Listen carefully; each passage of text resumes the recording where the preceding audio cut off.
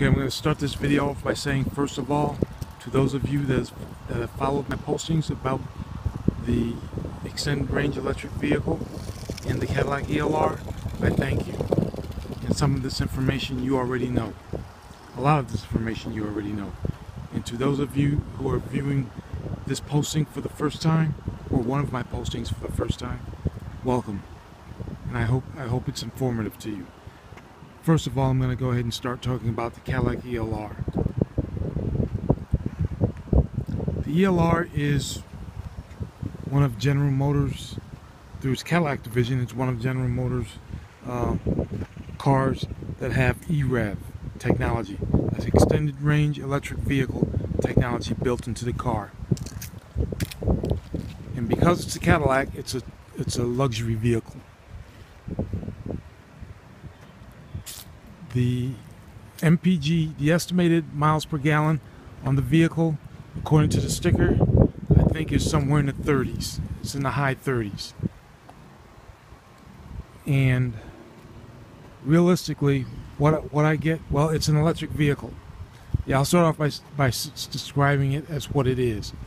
The Cadillac ELR is an electric vehicle. It's front-wheel drive.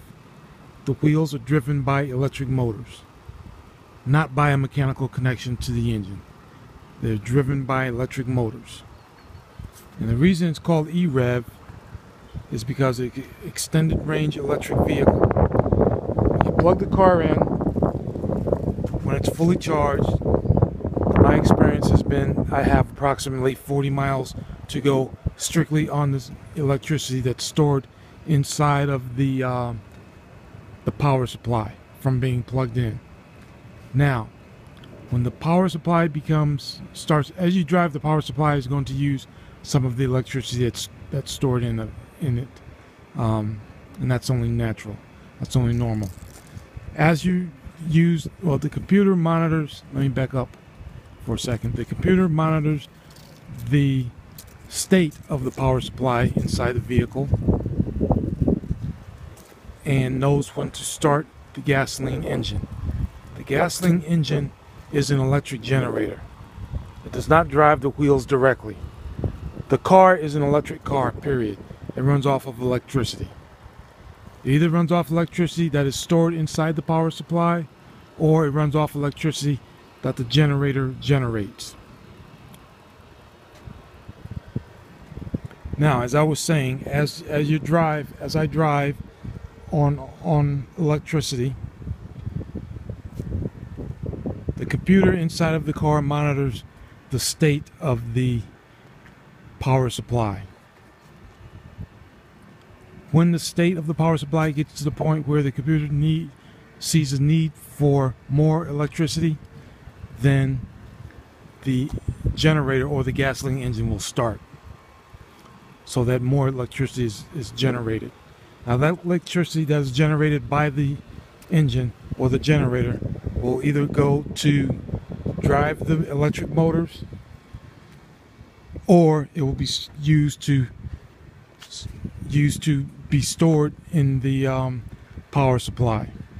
Now, the generator will not fully charge the power supply at all, but it will add to the charge of the power supply.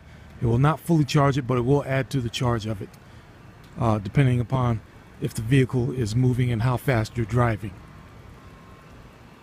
The correct way to use the Cadillac ELR is to plug it in, period.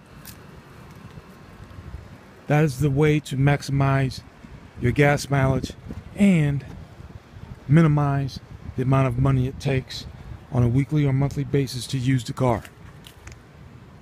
You will free yourself up from the gas pump if you plug the car in on a regular basis. When I pull into my apartment at night, I plug my car in and I let it charge up all night. As a result of that, my electric bill has gone up approximately $35. Now, $35 per month is damn good compared to $189 per month, which is what I was using in gasoline. I imagine that a lot more people use a lot more gasoline, a lot more money in gas than I do, or than I used to do.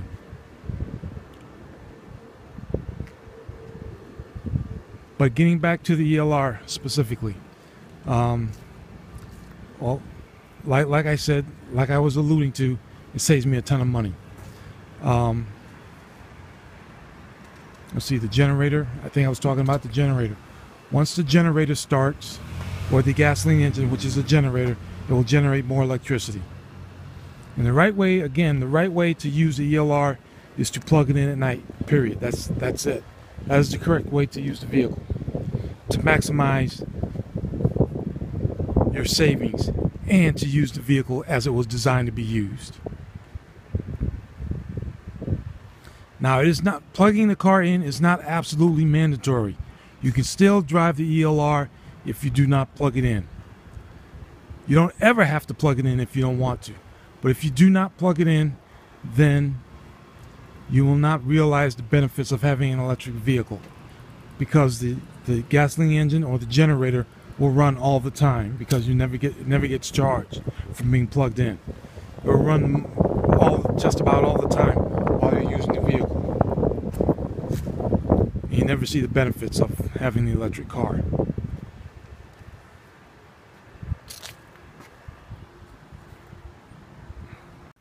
Okay, speaking of the benefits of having an electric car, I'm going to show you the benefit that I am receiving from having the Cadillac ELR.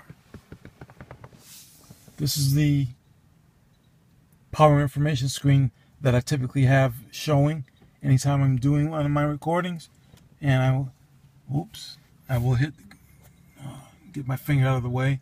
I'll hit the info button and you'll see I'm averaging 85.6 miles per gallon. Now again, I do not use electricity all of the time, but my lifetime average on this vehicle is 85.6 miles per gallon. And that's as a result of plugging the car in. Had I not plugged the car in, then I would not have the benefit of being so freed from the gasoline pump. I no longer have to go get gasoline every week. I might go get gas every 2 months. And when I do put gasoline in this vehicle, in the ELR, I do not fill it up. A full tank on the ELR is only 9.5 gallons. I usually put about 4.5 gallons, 5 gallons in it when I put gas in it. And that's only maybe every 2 months. Every 2 months or every 6 weeks or so. And obviously the EPA estimates are way off. The EPA estimates on this car are way off, because my 85.6 miles per gallon is probably double what the EPA estimates say I should get.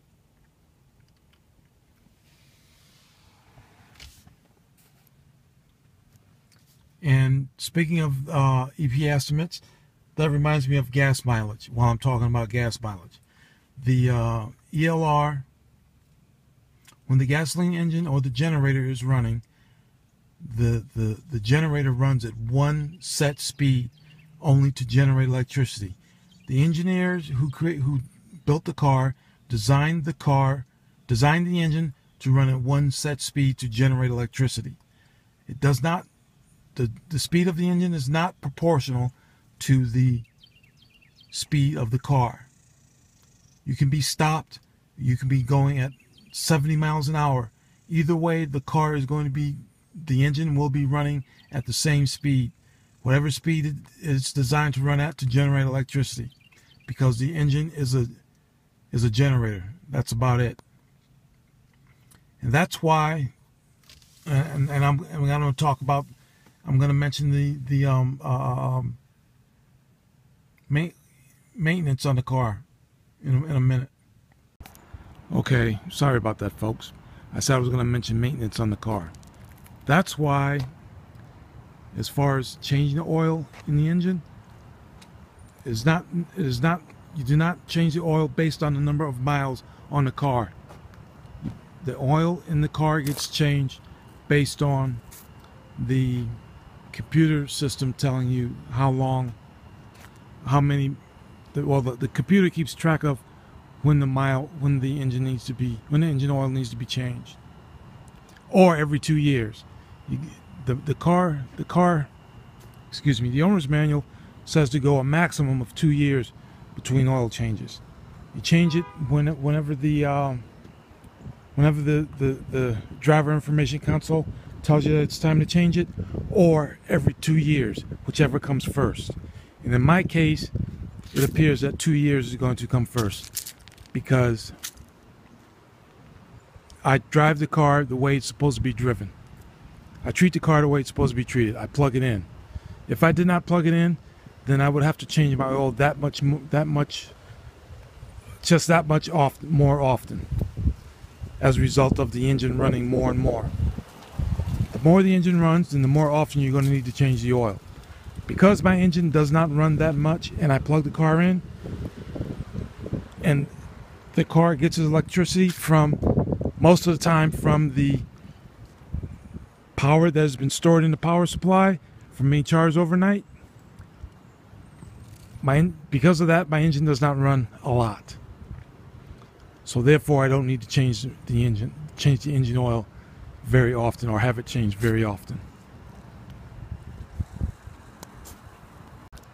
And that's, come to think of it, that's just another way that the Cadillac ELR frees up the owner from not only gasoline, but also from engine oil.